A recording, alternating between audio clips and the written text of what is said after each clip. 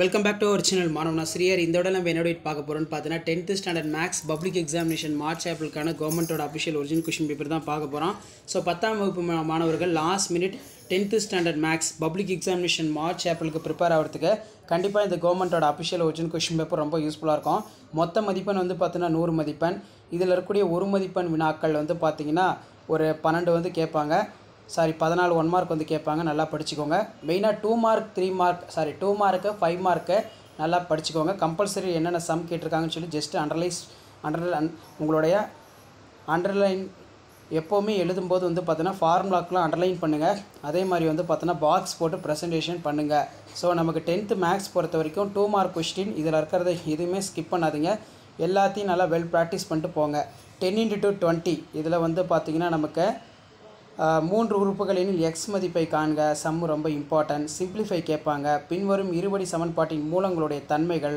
படத்தில் ஏடி என்பது டேஸ் இரு சம வெட்டியாகும். இது ரொம்ப முக்கியமானது. ஸோ அதே போல் கீழே வந்து பார்த்திங்கன்னா நமக்கு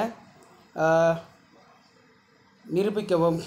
நெக்ஸ்ட்டு இரு கோளங்கள் ஆரங்கள் விகிதம் 4:7 எனில் அவற்றின் கன அளவுகளுடைய விகிதம் காண்க. நெக்ஸ்ட்டு வந்து கொடுக்கப்பட்ட தரவு புள்ளிகளுக்கு வீச்சு மற்றும் வீச்சுக்கெழுவை காண்க.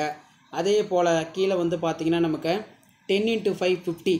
ஸோ இதில் வந்து 5 மார்க் கொஷின் எல்லாமே வந்து கேட்டிருக்காங்க. ஒரு தெருவில் உள்ள வீடுகளுக்கு 1 முதல் 49 வரை தொடர்ச்சியாகவும் கதவிலக்கம் வழங்கப்பட்டுள்ளது.